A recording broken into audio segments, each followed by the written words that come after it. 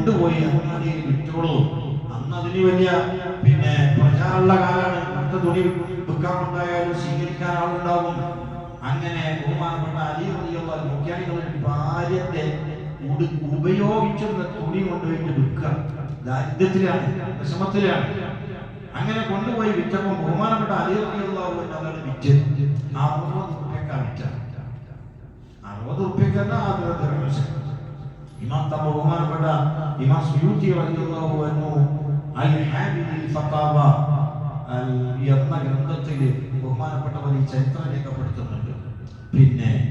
അങ്ങനെ ബഹുമാനപ്പെട്ട അലി 60 രൂപയ്ക്ക് വിറ്റാണ് പോരുന്ന സമയത്താണ് കണ്ണൊക്കെ കുയിലാണ്ട് പോയ ഒരു സാധുവായിരിക്കുന്ന മനുഷ്യൻ കൈ കാട്ടി ഇങ്ങനെ നിൽക്കുന്നുണ്ട്. ഒന്നും ചിന്തിച്ചില്ല. ഭാര്യ പറഞ്ഞയച്ചതാണ്, ഉടുക്കണ തുണി കൊടുത്തയച്ചതാണെന്നൊന്നും ചിന്തിക്കാതെ ബഹുമാനപ്പെട്ട അലി റളിയല്ലാഹു അൻഹു അത് മുഴുവനാണ് കൊടുത്തു. ഒന്നും ബാക്കി വെച്ചില്ല. കൊടുത്തേ കേസാണ്. പിന്നെ പറഞ്ഞാച്ചിന് ആരെ പറഞ്ഞാച്ചിന്. പക്ഷെ എന്നാലും ഈ ദുനിയാവിലത്തെ വിഷമാണെങ്കിൽ നാളെ പാർത്തിയോടൊക്കെ അന്ന് കൂട്ടായിട്ടുണ്ട്. അർഹതപ്പെട്ട ആൾക്ക് തന്നെയാണ് കൊടുത്തതുള്ള സന്തോഷത്തിന് ഇങ്ങനെ വരുമ്പോഴാണ് ഒരാളിങ്ങനെ മനുഷ്യൻ ഒരുപാട് വരുന്നുണ്ട്. ഒട്ടകത്തെയുമായി വരുന്നുണ്ട്.